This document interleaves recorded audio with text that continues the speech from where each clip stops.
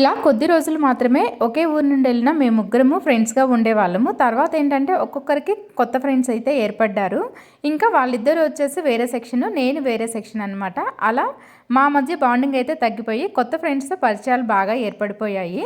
మేము ముగ్గురం అని చెప్పాం కదా, అందులో ఒక అమ్మాయి వచ్చేసి మా పెదనాన్న కూతురే అండి. మేము 8th క్లాస్కి వచ్చే వరకు నిజంగా ఎవ్వరు కూడా అస్సలు అనుకోలేదన్నమాట మా ఇద్దరిని చిన్నాన్న పెదనాన్న పిల్లలు అంటే. ఈవెన్ కొంతమందికి అయితే 10th క్లాస్కి వచ్చినా సరే తెలీదు. అఫ్కోర్స్ ఇప్పటికీ కూడా మేము అలాగే ఉంటాము, ఒకరితో ఒకరు సరిగా మాట్లాడుకోము.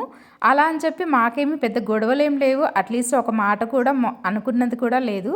ఎందుకో తెలియదు మరి, ఇంకా అలా సైలెంట్గా ఉంటాము, ఒకరినొకరితో పెద్దగా మాట్లాడుకోము.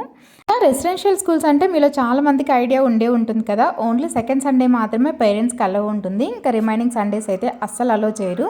కానీ నాకు మాత్రం మా అమ్మమ్మ ప్రతి వారము వచ్చేది. మా అమ్మమ్మ గురించి నెక్స్ట్ షార్ట్లో అయితే మీకు డీటెయిల్గా చెప్తాను.